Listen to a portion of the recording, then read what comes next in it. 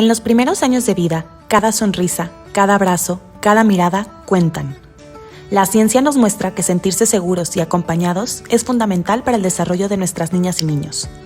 Como madres, padres y cuidadores, podemos ser esa base segura que a través de la corregulación del estrés les brinda bienestar, confianza y libertad para explorar el mundo. Gracias por acompañarnos en este viaje. Juntos creamos un futuro lleno de amor y oportunidades para nuestros pequeños. Buenas tardes a todos, bienvenidos a esta ponencia Fortalecer el desarrollo de nuestros hijos desde el apego. Soy María Martín, soy psicóloga, trabajo habitualmente con población infanto-juvenil, con parejas y familias, y espero que a lo largo de este rato compartido podamos disfrutar juntos y poder ayudar a fortalecer el desarrollo de nuestros hijos integrando la perspectiva del apego. He dividido este ratito que vamos a compartir en esos 6 puntos y comenzamos haciendo una breve introducción de lo que es la teoría del apego.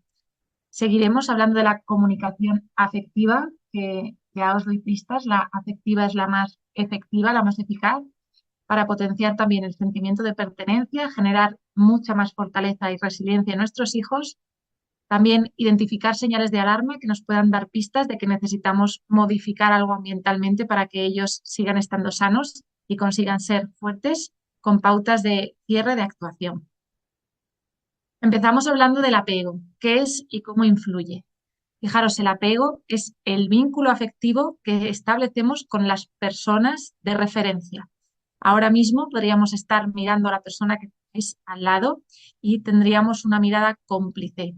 Esa mirada cómplice sería la búsqueda de proximidad, la interacción íntima, y lo que nosotros estaríamos necesitando sería el apoyo en la relación.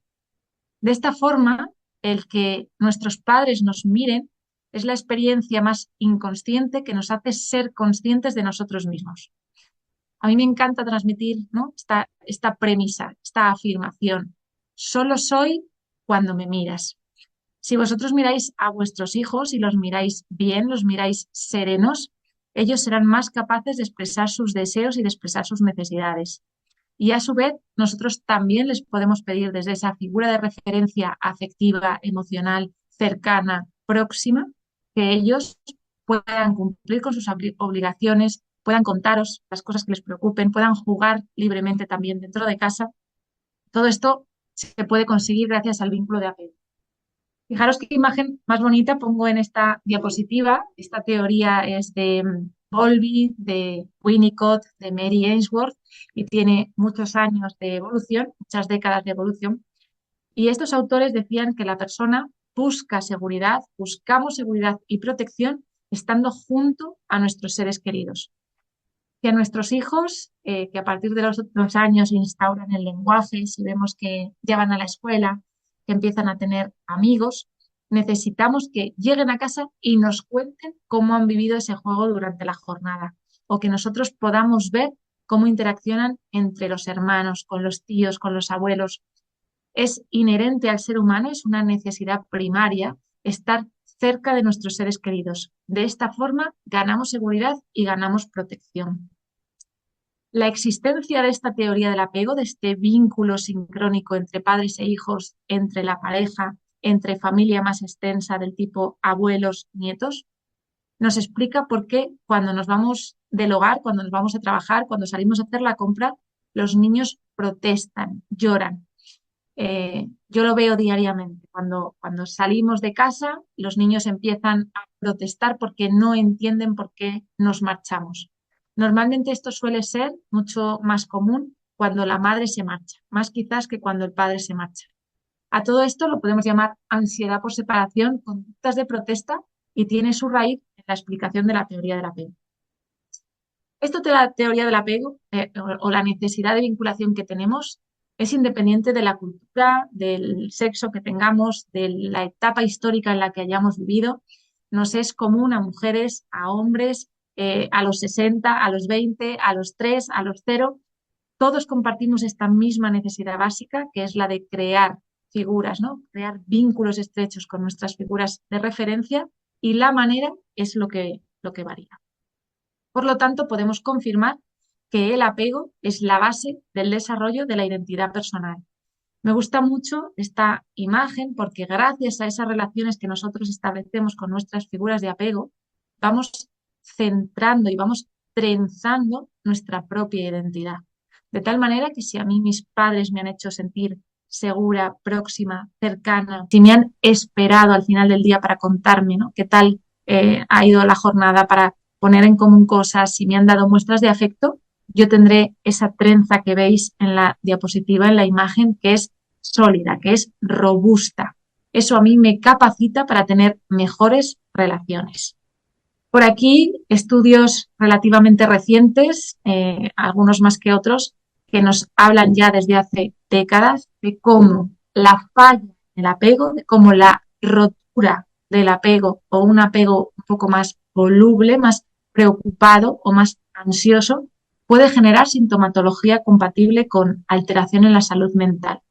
Seguro que os suena el TDAH, trastorno por déficit de atención e hiperactividad, o las rabietas en exceso en la primera infancia. Esto se puede relacionar con esa necesidad, con esa conducta de protesta cuando la figura de apego se marcha, y a la vez con cuadros que pueden ser sintomáticos. Sigo dando más pistas sobre lo que es el apego. El apego es la relación que me permite regularme emocionalmente. Fijaros que no hago referencia a la persona, hago referencia a la relación. Realmente, gracias a esta relación de apego, son las personas con las que nos encontramos la conexión profunda. En relación, yo encuentro tranquilidad, encuentro organización, encuentro fortaleza. Imaginaros que volvéis a casa después de estar fuera todo el día. Sería esa persona refugio a la cual yo acudo cuando tengo algún tipo de problema, de dificultad, y con la que me alegro y ella se alegra de que hayan salido también las cosas bien. El apego está relacionado con la capacidad de expresar deseos y de expresar necesidades. Cuando nos sentimos seguros en este vínculo de apego, es más fácil comunicar qué necesitamos. Esto es vital en la etapa de la primera infancia. El apego se empieza a instaurar justo desde el momento del embarazo. De esto ya hay también muchas investigaciones. Y a partir de los 6 meses se empieza a instaurar. Ya nos huelen, nos oyen, nos ven. A partir del año se vuelve a transformar. A los 2 años se vuelve a transformar y vamos ampliando nuestro círculo de personas de referencia. ¿Cómo hacemos esto? Ahí lo pongo, con conversaciones, con tiempo compartido, también con silencios compartidos. Es muy importante que estemos cerca de nuestros hijos y mantengamos ese estoy cerca tuyo y espero a que tú puedas venir, con miradas cómplices, con cercanía, con seguridad de que puedo sostenerte en la relación. A veces como psicóloga me encuentro a hijos que suelen cuidar a sus padres. Realmente aquí siempre me pregunto si la figura paterna o materna es capaz de sostenerse a sí misma, porque realmente nuestra labor como padres es sostenerles a ellos. Y en el momento en el que un hijo empieza a sostener a sus padres, puede percibir que ellos no pueden. Entonces, es muy bueno que podáis poner esto en común, porque la seguridad que debemos dar a nuestros hijos es innegociable. Fijaros que gracias a estas conductas de apego yo puedo maximizar mis conductas de exploración. ¿Esto qué es? Pues permitirme hablar con más niños, jugar a cosas distintas, pedir cosas distintas y generar un mayor volumen de crecimiento. Esto también hace que los niños sean más fuertes y que los miedos que son normativos, ya sabéis que todos enfrentamos miedos conforme crecemos, sean también mucho más fácilmente regulados, mucho más fácilmente adquiridos. Podemos concluir que la relación de apego, es ese aspecto fundamental de las relaciones humanas, genera vínculos fuertes, vínculos saludables, suele ser siempre en familia, con los progenitores, sobre todo con la madre, con el padre, con los hermanos, es extensible a abuelos, a tíos y a primos, y luego también solemos tener amigos de referencia. Y conforme crecemos, encontramos también a nuestra pareja y también nos basamos en este tipo de relación para encajar con esa pareja. El apego nos capacita y nos hace ser. Es importante destacar que este vínculo afectivo, más allá de estar cerca o convivir solamente con la persona, ya que en esencia está relacionado con todo lo que os pongo ahí, con la búsqueda de seguridad y de protección. ¿Cómo nos sentimos más fuertes y más seguros y más protegidos las personas, ¿no? Cuando estamos cerca de nuestros seres queridos. Insisto en que no solamente sean padres, sino también familia un poco más extensa. El apego es clave para comunicar, para conocer, para desear. Es clave para entender nuestras emociones, para elogiarnos. Si a mí me han mirado, me han escuchado y yo tengo un apego seguro, yo tendré una autoestima fuerte cuando sea adulta y realmente conseguiré elogiarme a mí misma y vivir con dignidad, con mucha más capacidad de resolución de problemas, de poner límites, de autocuidado, de validación, incluso os pongo por ahí de libertad, porque al final el miedo es lo que yo he conseguido gestionar bien, lo que decíamos hace un ratito. ¿Cómo llegamos a esto? Suena muy bien. Fijaros que os pongo ahí en esa diapositiva una familia o dos familias que están remando juntos. Yo os animo mucho a que el modelo que tengamos de cara a ellos en la infancia les ayude a interpretar e identificar qué está pasando. Si mi hijo de 3 años tiene una rabieta y yo identifico que es porque su hermano mayor tiene el juguete que él quiere, es una buena herramienta parar y decir, estás enfadado, creo que estás enfadado por esto. Vamos a intentar llegar a una solución. De tal manera que cojamos de la mano y podamos ayudar a ver, ¿no? A interpretar la conducta de su hermano. De esta forma podemos planear y guiar el comportamiento, porque si él tiene otra rabieta por el mismo motivo, nosotros ya le hemos modelado, ya le hemos modulado a poder pedir en vez de enrabiarse. Claro que esto es complicado, sé que muchos lo estaréis viviendo en primera persona, requiere tiempo y sobre todo requiere serenidad por parte del adulto. Si yo como madre me desbordo, le grito o incluso le castigo por llorar sin entender qué ha pasado previamente, no estaré fortaleciendo este vínculo de seguridad. Por lo tanto, la siguiente vez su conducta, su actuación, su acción no será predecible. En verdad, si nosotros hacemos este ejercicio de parar, con este ejemplo muy breve que os he puesto, estamos favoreciendo que podamos prever y predecir su conducta. Por lo tanto, como adultos también podemos asignar tareas de seguridad. Podemos retar al niño para que actúe bien, porque ya le hemos enseñado y confiamos en que nos ha escuchado, entendido, validado, integrado. Hago un pequeño giro y os pregunto si tenéis varios hijos, cómo es su forma de vincularse. Podéis comentarlo entre vosotros. ¿Se vincula igual conmigo como padre que con su padre? ¿Sabe identificar el pequeño sus estados emocionales? ¿Puedo calmarle como madre? ¿Qué puedo hacer para calmarle más? Esta sería una pregunta clave. ¿Cómo se siente seguro? ¿Sé si mi hijo se siente seguro? ¿Cómo lo identifico? ¿Podría yo hacer algo más para que se sintiera más seguro? Si hay varios hijos, si el niño tiene hermanos, cómo se relacionan entre ellos, son capaces de solucionar conflictos, de darse muestras de amor, de decirse te quiero, de darse cariño. Esto tiene que ver también con esa búsqueda de proximidad, la interacción íntima y el apoyo en la relación, lo que hará que su salud mental y también su salud relacional esté en orden. Y a la vez os traigo este impacto que es la función parental reflexiva. Fijaros que la función parental reflexiva hace referencia, por ahí os pongo a los 3 meses, a los 12 meses, a determinadas variables que implican un salto cualitativo.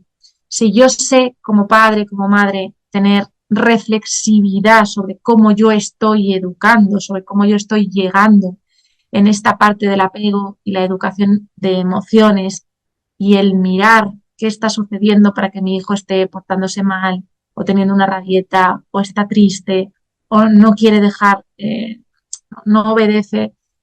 Aquí tenemos que parar y ver cómo están estos ítems, estas cosas, casillas que yo os pongo en esta diapositiva y valorar si es necesario un cambio. ¿Cómo llegamos hasta esto? Acabamos de cerrar el bloque de apego, que sería el qué, ¿no? El a dónde queremos llegar. Pasamos al cómo. Os recomiendo valorar esta comunicación, ¿no? Estas preguntas que acabamos de ver y valorar cómo son vuestras respuestas. La comunicación tiene que ser, en primera instancia, afectiva. ¿Cómo hacemos esto y para qué lo hacemos? ¿Por qué dar importancia a los afectos? Fijaros que esto es esencial. Somos personas, constitutivamente somos seres relacionales y somos personas todos, insisto, independientemente de las circunstancias, que tenemos emociones. Se sabe que todas las personas del mundo tenemos emociones y en principio tenemos razón, tenemos raciocinio, tenemos pensamiento. Gracias a que sentimos, podemos pensar y podemos actuar.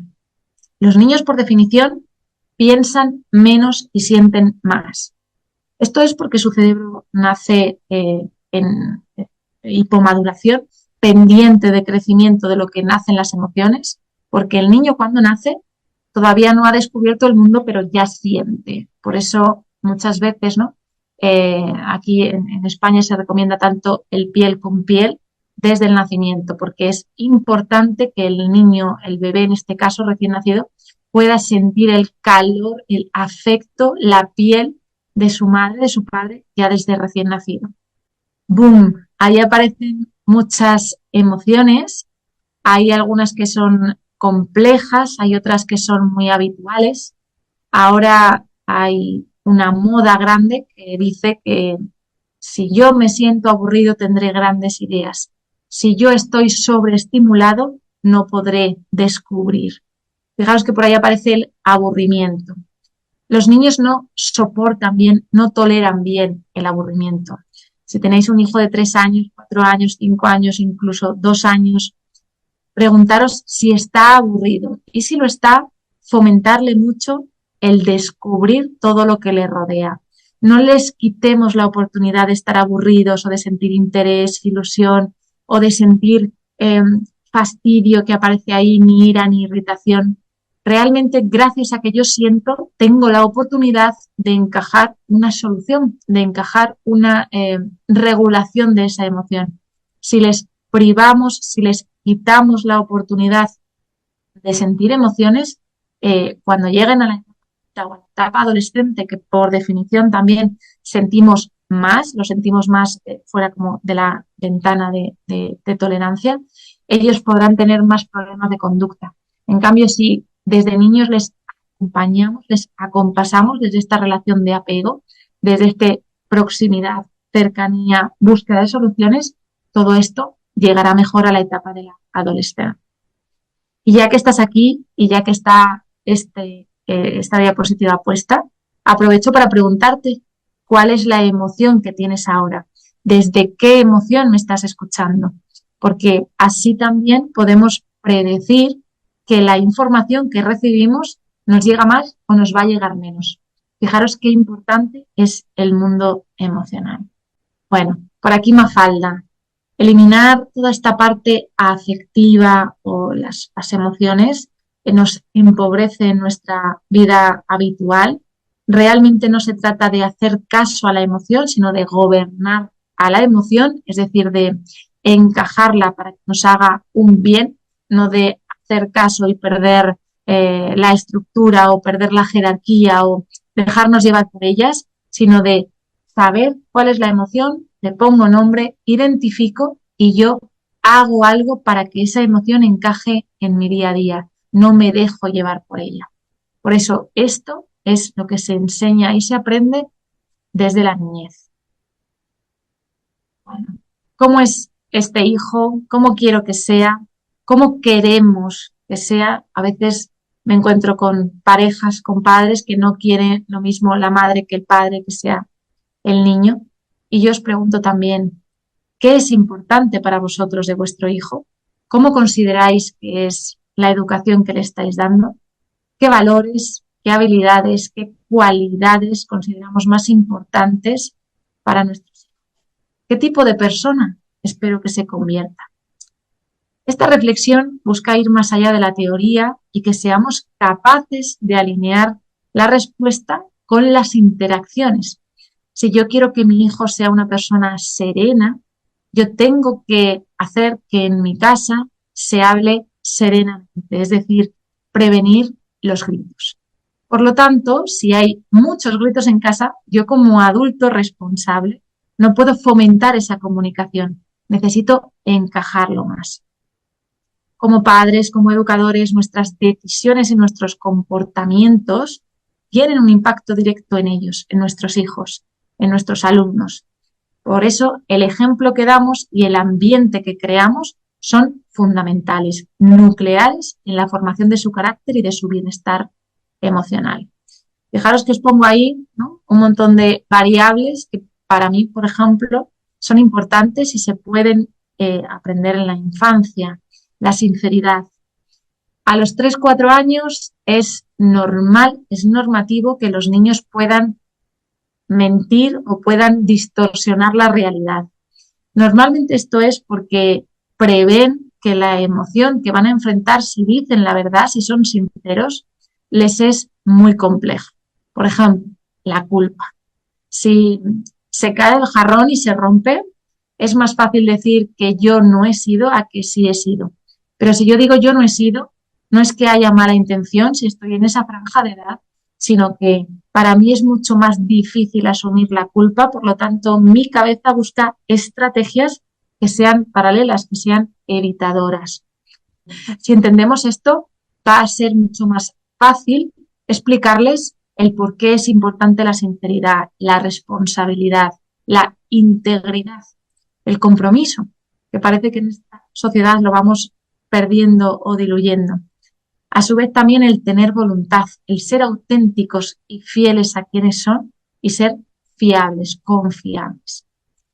Como veis, esta rueda puede ser mucho más numerosa si reflexionáis sobre cuáles son los valores que yo quiero como madre, yo quiero como padre, yo quiero como educador y educadora que tenga el menor, y a la vez vemos cómo hacer crecer a dicho valor. Vamos con una serie de recomendaciones. ¿Cómo llegamos a que estos valores les impacten? El primero, ellos hacen lo que nosotros hacemos. Por lo tanto, que nos hagamos conscientes de que somos modelos ya es impactarles. Fijaros que os pongo por ahí autonomía. Estas dos fotos, a mí la primera me genera ternura, esta hija apretando, ¿no?, las tuercas de la carretilla con su padre, me genera complicidad, cercanía, ternura. Y la otra foto os la pongo porque, os lo confieso, me llamó la atención. Es una niña que la podemos poner 4 o 5 años, no tendrá muchos más, y va muy vestida a la moda.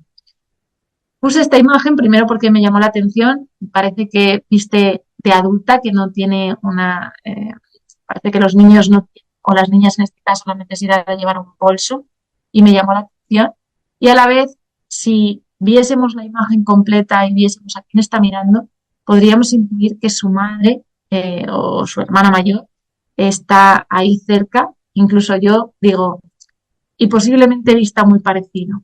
Por lo tanto, esto es a nivel de conducta, 2 imágenes de conductas, y yo os animo a ser o a reflexionar cómo somos modelo emocional, cómo estoy yo enseñando que gestiono mis emociones a mis hijos, a mis alumnos. Incluso podéis comentarlo. He tenido este problema hoy en el trabajo, he tenido este problema hoy con mi hermana, con mi prima o con mi madre, y he conseguido llegar a este acuerdo haciendo esto. Ellos estarán escuchando, aunque parezca que no, nos están mirando y nos integran. De ahí paso al cómo le miro. Realmente cómo yo le miro es como él y ella van a integrar cómo se miran.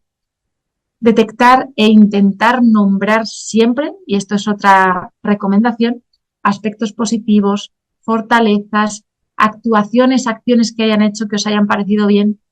De esta manera y cada día podemos sumarles a su voz interior, a su narrativa. La voz interior la tenemos todos, se empieza a conformar desde que somos bebés y empezamos a entender el lenguaje y nos acompaña para siempre. Es ese impacto en el cual yo me analizo mi día y me doy cuenta de cómo ha ido.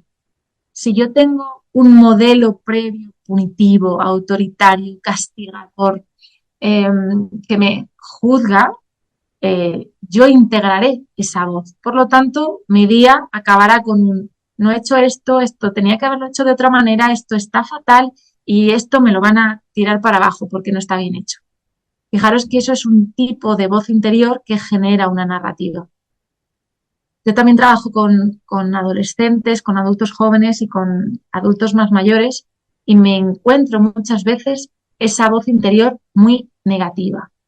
Esto, como podéis intuir y como bien sabéis, está relacionado directamente con la autoestima. Si yo me hablo mal, yo me voy a ver mal, me voy a ver con déficit, con necesidades, me voy a ver incompleto, me voy a sentir incompleto. En cambio, si nosotros nos esforzamos mucho en detectar aspectos positivos, a pesar de que el día haya sido caos, de que el aula esté desordenado, caotizado, siempre os animo a detectar algo que podáis decir para que la persona entre en coherencia con su yo. Bueno, aquí estaría la siguiente recomendación. Fijaros que esta foto que dio la vuelta al mundo, os la pongo aquí para la mirada. La forma en que miramos a nuestros hijos tiene un impacto profundo, acabamos de decir, en cómo se ven a sí mismos. Por lo tanto, nuestra mirada puede transmitir amor, aceptación, decepción o incluso crítica. Es crucial ser conscientes de este poder, es un superpoder que tenemos como padres, como educadores, para utilizarlo y para reforzar su autoestima y su confianza. Cuando miramos a nuestros hijos, ¿qué ven en nuestros ojos ellos? ¿Ven amor incondicional, ven seguridad, ven orgullo o las ven desaprobación? Es importante que ellos sientan que más allá de los errores que pueden cometer, nuestra mirada hacia ellos sigue siendo de amor, y a poder ser de amor incondicional. Seas quien seas, eres mi hijo. Y hagas los errores que hagas y cometas los errores que cometas, juntos podemos enfrentar las soluciones. Por lo tanto, ya les estamos fortaleciendo y haciendo generar esa sensación de logro. Al elogiar, también les estamos ayudando a construir una imagen positiva de sí mismos. Fijaros que esta imagen os la pongo porque también es importante que seamos conscientes que este periodo de 0 a 3, de 3 a 6, de 6 a 8 o a 9, luego ya a partir de los 10, 11, 12, también de etapa, ¿no? a la adolescencia, tenemos que ser conscientes de que el momento pasa y es muy fugaz. Por lo tanto, os animo, como este señor, a estar presentes aquí y ahora con ellos. Fijaros la cantidad de teléfonos que hay y nadie parece disfrutar del momento, sí de la fotografía. Por lo tanto, comuniquémonos y estemos presentes en el aquí y ahora. Me encanta también esta foto porque efectivamente decir cálmate, no te preocupes, no funciona. Tenemos que ser fiables, responsables, mantener los límites, ser lo más coherentes posibles y confiar. Ellos ya son personas y tenemos que hacerles descubrir como padres suyos que somos, que pueden sacar lo mejor de sí mismos. Con ser fiable, ser responsable, me refiero a cumplir con la palabra dicha. No castiguemos si no vamos a poder cumplir con el castigo o con la revisión del castigo, y a la vez mantener los límites claros. Me encuentro muchas veces que los menores, 3, 4, 5 años, 6 años, cuando un progenitor les dice que no, van al otro progenitor y les hacen la misma pregunta. Hay muchos padres que se enfadan porque creen que les están tomando el pelo. Realmente, como adultos, podemos darle otra explicación. ¿Y si mi hijo fuese lo suficientemente como para no conformarse con el límite? Y va a buscar a ver si vía su madre, vía su padre, su prima, su tío, puede conseguir lo que quiere. Fijaros que hay que ver también desde su mirada cómo está enfrentando la situación. Y aquí sí, también os animo como recomendación a poder hablar como padres hasta dónde queréis y podéis llegar, porque realmente los límites tienen que ser coherentes a vuestros valores familiares y a poder ser inamovibles, innegociables. Solo cuando el niño va creciendo y es más capaz, podemos permitirnos flexibilizar los límites. Pasamos al siguiente bloque, que implica tener este sentimiento de pertenencia. Fijaros que el sentimiento de pertenencia implica que como familia, identitariamente, nuclearmente, yo me represento con mis progenitores, me pertenezco a los miembros de mi familia. Esto es tan importante a día de hoy. Pregunto aquí el para qué. Ya hemos hablado del modelado, que sería este impacto en el cual ellos nos miran, pero si yo siento que en casa soy uno más, si tengo sentimiento de pertenencia, mi identidad, mi yo, es robusto. Y eso genera mucha fortaleza y seguridad para cumplir propósitos, objetivos, impactos que me van a hacer crecer. De esta manera, yo me voy a seguir descubriendo y voy a ganar seguridad, autoestima y competencia. Esto sería maravilloso. Esto es blindar la salud mental y generarles a ellos un apego seguro que previene de las enfermedades mentales, de los síntomas de salud mental. Realmente, ¿qué podemos hacer para que se sientan más seguros de sí mismos, más competentes? Empezamos con ser padre, y la figura de padre está directamente relacionada con la estabilidad, con el autoconocimiento y también con la autoestima, lo que podemos llamar con la valía, qué yo soy capaz de hacer, qué yo soy capaz de aprender. Todo esto es gracias a ese modelo masculino que yo tengo de mi padre, tanto si soy hijo varón como si soy hija mujer. El modelo masculino también está y el modelado, veo que mi padre trata a mi madre, que mi abuelo trata a mi abuela, que mi tío trata a mi tía, es el modelado conyugal que yo tendré. Es decir, perpetuamos nuestros modelos relacionales. A la vez, los padres se sabe que son referencia en el liderazgo, son líderes de la educación en casa y de perseverancia y valores, como acabamos de comentar. Un padre paciente siembra para que su hijo sea paciente. Un padre que sabe enfadarse y se permite de vez en cuando salirse, ¿no? y tomar aire y decir esto no me ha gustado y vuelve y propone soluciones y tolera bien su frustración, generará hijos que sepan tolerar la frustración. A la vez, ¿no? La relación con el padre enseña valía, esta capacidad, esta autoestima. Compartir tiempo, prestar atención, poner límites, la importancia de todo el lenguaje verbal y a la vez ese amor paternal que cubre las necesidades emocionales. A mayor necesidades emocionales cubiertas, mayor estabilidad, por lo tanto, insisto en esto, mayor salud mental. Ya sabéis que la salud mental, la salud física, por lo tanto, podemos intuir que serán hijos más fuertes. Y esto, a su vez, generará que cuando ellos tengan que problemas, lo hagan de una manera serena.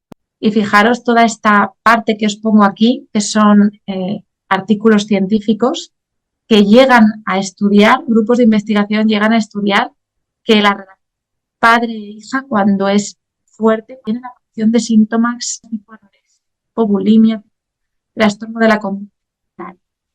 Que un padre esté presente y esté comunicador implica que el hijo tiene más, se siente más seguro en la relación, por lo tanto tendrá mucha menos ansiedad. A la vez, una relación fuerte con el padre genera mejores resultados. Y por supuesto, este modelo que hablábamos de padre-hija más madre-padre en cónyuge hacen que la mujer tenga buena relación posterior en su matrimonio y vida conyugal. Y ahora unos tips para conseguir llegar a lo que decíamos, a ese vínculo padre-hijos, madre-hijos, que ahora veremos. Y os animo a preguntaros cómo hacemos esto. ¿Mostramos amor y mostramos respeto? ¿Cómo lo muestro yo? ¿Cómo lo hace mi pareja, mi cónyuge, padre, la madre? ¿Cómo lo hace el resto de la familia? ¿Cómo mostramos amor y respeto? Y a la vez, ¿cómo pedimos amor y respeto? Hay veces que como padres, como educadores, podemos decir, pórtate bien y no especificar cómo es ese portarse bien. Es positivo, es muy bueno especificar el cómo lo vamos a observar. A la vez, llegar a casa y dejar el teléfono móvil, dejar la pantalla, quitar la tele y tener tiempo de calidad para mirar, para escuchar. ¿Cómo lo hacemos? ¿Cómo lo hacéis? ¿Llegáis a casa y tenemos calidad en casa? A la vez, como poníamos en esta imagen, me atrevo a decir que esta niña va a ser muy fan de las tuercas y de los destornilladores, y si nos aventuramos más, podemos decir que va a ser fan de las motos y de la velocidad. Y esto es, ese padre está mostrando interés y está llevando a esa niña a compartir su pasión, su actividad, a compartir ideas. Como adultos, ¿lo hacéis? ¿Compartís alguna pasión que tengáis con vuestros hijos? ¿Veis si a ellos les gusta, si os piden más? También estos sentimientos, deseos y temores. Si yo llego a casa y puedo permitirme decir, ha sido un buen día para mí, estoy contenta, estoy cansada, estoy triste, estoy alegre, estoy aburrida. ¿Cómo va? ¿Podemos hacerlo? Si nosotros somos modelos, ellos tienen la invitación encima de la mesa para poder seguir nuestro modelo. Y a la vez es legítimo darles espacio para que se desarrollen. Si conocemos los hitos del desarrollo por edades, nos asegura de poder ajustar nuestra educación a lo que ellos son capaces y a su vez de que no sufran ansiedad o miedo y puedan enfrentar los retos del desarrollo. Y ya que nos van a decir cómo ellos están, porque nosotros hemos sido los primeros, tenemos que no enjuiciar ni minimizar esa reacción suya. Pasamos a la aventura de ser madre. Fijaros que la madre, por referencia, por excelencia, por tradición, es la figura más afectiva de los dos, de padre y madre. Gracias a que la madre está presente, los hijos desarrollan un modelo de intimidad, aprendemos también a cuidarnos, a la capacidad reflexiva. Gracias también a la figura materna, integramos la lealtad, los modelos en los que nos relacionamos y cómo yo vivo mi confianza, mi autonomía, mi individuación y mi seguridad. A su vez, madre y padre somos complementarios. Si no estamos de acuerdo en alguna pauta de educación, os recomiendo hablarla en intimidad, hablarla sin que los hijos estén delante. Si estamos educando, si el hijo desobedece, el primero en llegar y poner el castigo es el primero que gana. Es tarea del siguiente hablar en intimidad y ver si está de acuerdo con ese castigo. Nunca delante del hijo. Siempre tenemos que robustecer nuestra figura de padre y madre y conyugalidad jerárquicamente hablando. De esta manera los hijos ganan seguridad porque tienen figuras de referencia. Aquí os lo pongo mejor. Las claves para poder editar serían la comunicación, la asertividad, que es el don y la virtud de poder decir que no y poder encajarlo bien, poder decir, pedir nuestras necesidades.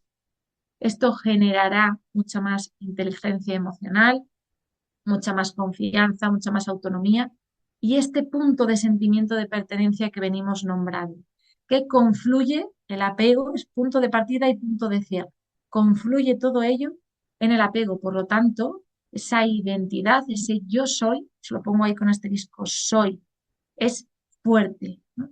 Estos hijos que tienen padres de esta manera y a la vez estos padres que blindan su paternidad y su maternidad y dejan en otro estatus a los hijos, no les hacen subir ni bajar en la jerarquía, serán hijos robustos, sanos, fuertes.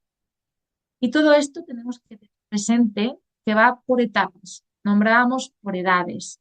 Realmente de los 0 a los 12 meses o a los 9, 10, 11 meses, que todavía no camina, el bebé es muy dependiente. En el momento en el que ya conseguimos la bipedestación, ya podemos ponernos de pie y entramos en una fase de independencia. ¿Cuál sería el punto álgido de la independencia? Os diría que la adolescencia. Y me podríais decir, no, no, no, no. Los adolescentes no son independientes. Y yo diré, correcto, no lo son. Sienten que lo son, creerán y forzarán que lo son, pero los adolescentes también son dependientes. Entramos en ese impacto de interdependencia. un adolescente, un niño es capaz de pedir necesidades y nosotros de cumplir con esas necesidades y a la vez podemos pedirles necesidades y que ellos cumplan. Por lo tanto, entramos en lo que el ser humano es interdependiente. Y por ahí ese es sembrar. Os pongo sembrar con exclamación, de tal manera que la mujer que tiene ese papel más afectivo, más materno, más emocional, pueda ser ese corazón y nunca falte, y a la vez el padre, que es la valía, toda la parte de la capacitación, puedan ponerse a hablar, cerebro y corazón, razón y afectos, y generan un lenguaje amable, una narrativa que esté basada en ese apego seguro, en esa mirada conseguida de padres y puedan ser adultos responsables. Y pasamos al siguiente nivel, que es ser familia.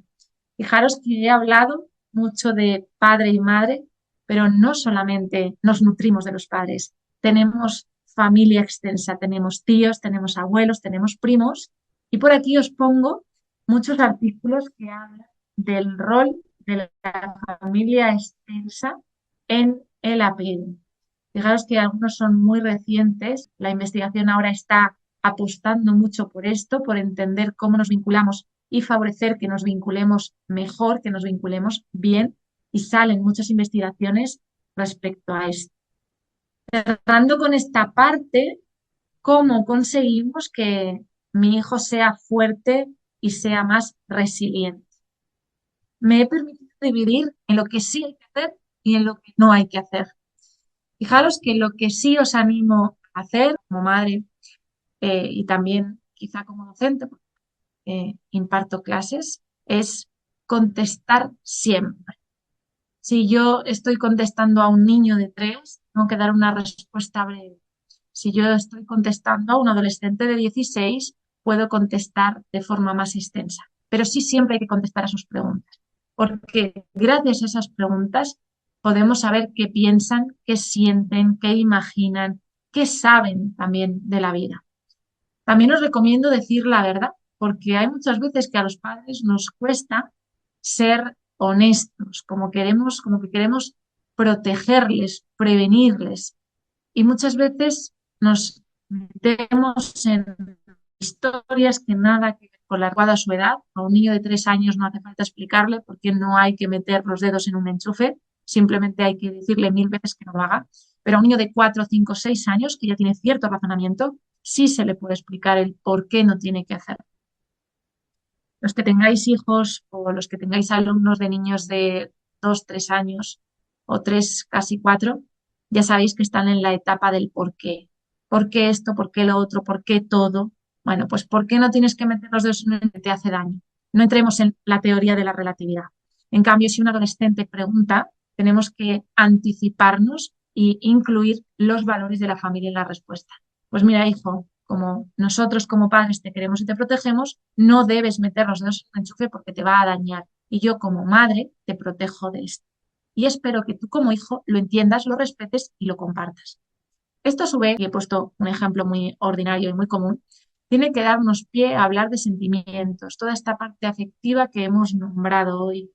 Identificar, guardaros esa diapositiva de las 1000 emociones, identificar cómo llego a casa, cómo está mi hijo cuando llego a casa, cómo está siendo ese momento de cena, de ver una película juntos o de comentar las noticias. Y permitiros hablar de vuestros afectos y permitiros escuchar los afectos de vuestros hijos. Esto, por supuesto, mostrando interés, buscando proximidad, cercanía, creando un clima de confianza, relacionalmente de comunicación, de tal manera que se dejan abiertas las puertas para futuras conversaciones más complejas. Sobre todo ese despertar de la vocación profesional, del trabajo, todo eso llegará, que quizá ahora son pequeños, llegará, pero gracias a que confiamos en sus fortalezas y habilidades, siendo pequeños, cuando llegue estarán ahí y estaremos ahí para comentarlo, ¿no? Para comunicar. Y luego aprovechar siempre las oportunidades que nos brinden las preguntas. Es siempre el mejor momento para hablar cuando ellos preguntan. Están dispuestos a escuchar la respuesta. ¿Qué es lo que no hay que hacer? Os diría ignorar. Ignorar no solamente la pregunta como sitúo ahí, sino la conversación o la llamada. o la petición. Muchas veces estamos preparando la comida, suena el teléfono mientras ponemos la mesa, mientras nos piden cosas y es fácil decir ahora no. No es fácil dejar la comida a medio gas o no es fácil dejar de atender una llamada importante. Pero os pido que siempre volváis, miréis y reconduzcáis esa situación de tal manera que el menor no se siente ignorado o no se siente en otra de valor. Porque al final lanzamos un mensaje verbal vía comunicación, pero también mandamos un mensaje no verbal vía actuación. Y si yo estoy hablando contigo, me suena el teléfono y lo cojo, yo te estoy diciendo esto es más importante que lo que tú me estás diciendo. Y esto no lo podemos soportar, no lo podemos sostener como padres, no lo podemos tolerar como padres. Hay que volver siempre a ese punto de encuentro, a esa mirada, comunicación, proximidad, afecto, para reconducir la situación. Hay veces que intentamos distraer para evitar responder o lanzar la pregunta a otro o la comunicación a otro o por ese punto de encuentro o nos mostramos incómodos, desconcertados, enfadados o intentamos dar largas o inventamos. Este tipo de herramientas no son eficaces. Se ha visto que generan mucha inseguridad en los hijos porque ellos mismos se quedan haciéndose aún más preguntas. No únicamente qué acaba de pasar, sino qué le pasa a mi madre, qué le pasa a mi padre, que no me está queriendo o pudiendo responder. Por lo tanto, aquí se pueden introducir síntomas de ansiedad. Yo os animo a que este tipo de herramientas no las hagamos. ¿Qué cosas, qué señales podemos ver? Las señales hacen referencia a algún cambio que veamos en el menor.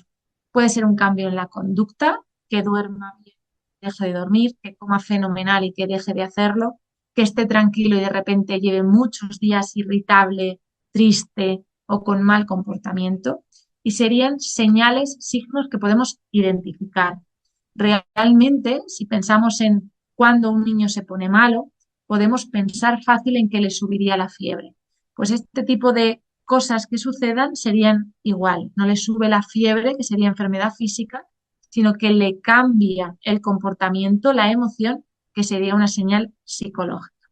Bueno, por aquí os hago un poco de brainstorming de varias.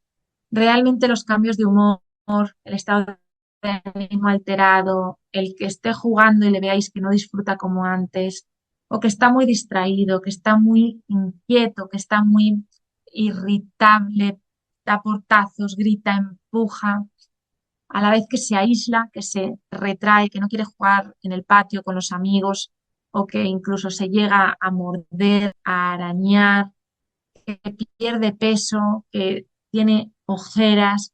Este tipo de acciones no nos pueden pasar desapercibidas. Realmente el cuerpo y los hábitos básicos o el mantenimiento de los hábitos básicos es el baremo para saber que todo lo emocional está en orden.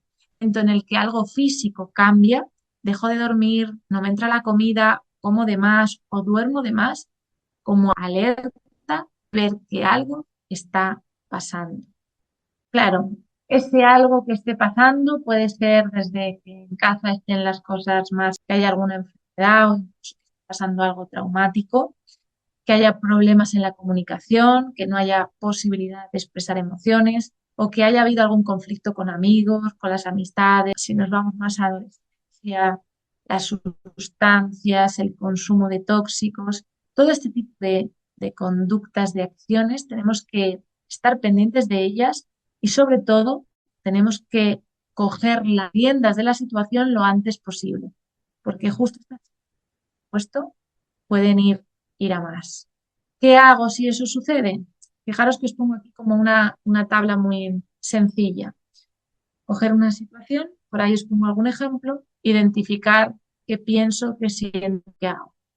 De tal manera que si yo siento que algo no está encajando, yo no haré porque eso encaje. Claro, si a mí me pongo por ahí, al oír esa respuesta le grito diciéndole que me debe respeto, como madre, como padre, que no me puede llamar pesada. Vale. ¿Desde dónde está mi hijo llamándome pesada? Quizá esté cansado, quizá le he repetido la misma cosa varias veces, quizá quiere terminar de hacer lo que está haciendo y no le puedo insistir más. Este tipo de acciones tenemos que evaluarlas. Por aquí os pongo algunos tips para resolver problemas. Problemas hay en todas las familias. Creo que tenemos que ser honestos. La familia ideal queda en las series, la familia real es la nuestra. Y basándonos en esta familia real, tenemos que ser conscientes de que siempre vamos a tener un conflicto. Crecer en sí mismo ya es un conflicto porque yo no soy la misma que ayer. Mi hijo no es el mismo que ayer. Esto implica una adaptación continuada, es decir, un desgaste que hacemos de mil amores, desde el amor profundo, desde el apego, desde esa vinculación absolutamente indispensable. Y cuando llegue el problema, desde ese punto de partida, os animo a definir bien qué es lo que está pasando, cómo nos influye a nosotros como madre, como padre, como pareja y los riesgos que implica. Coger papel y boli, iros a lo anterior, a esta situación, pensamiento, emoción, acción, e intentar analizar. Después de esto, os animo a tener que pensar juntos posibles soluciones.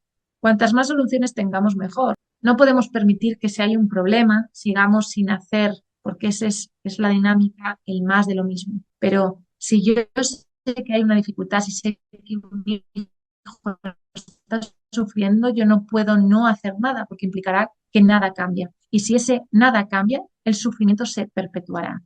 Y a la vez, ¿no? Desde esa toma de decisiones, desde esa decisión, yo os animo siempre a confiar. Parece que llega la adolescencia y que es cuando los hijos no tienen nada que ver con los padres. Y yo siempre digo, bueno, realmente llevas más tiempo sembrando como madre y como padre que lo que la adolescencia dura. Entonces, confía en que has mirado, escuchado, atendido. Siempre hay algo que reforzar. Siempre se puede ver algo positivo. Cada día nos trae algo bueno. Por lo tanto, digámoslo en voz alta y que eso alimente nuestra esperanza y nuestra confianza. Dar serenidad, validar emociones, que lo hemos comentado, y mostrar coherencia con ese modelado, comprendiendo y empatizando. Todo esto favorece la autonomía, favorece la fortaleza y el crecimiento. Y no quería cerrar sin esta imagen. Como padres, como madres, como educadores, a veces nos llenamos de grandes discursos, de grandes speech y nos falta la parte afectiva. Es sencillo decir pórtate bien. Lo difícil es mirar, mostrarle afecto y educar.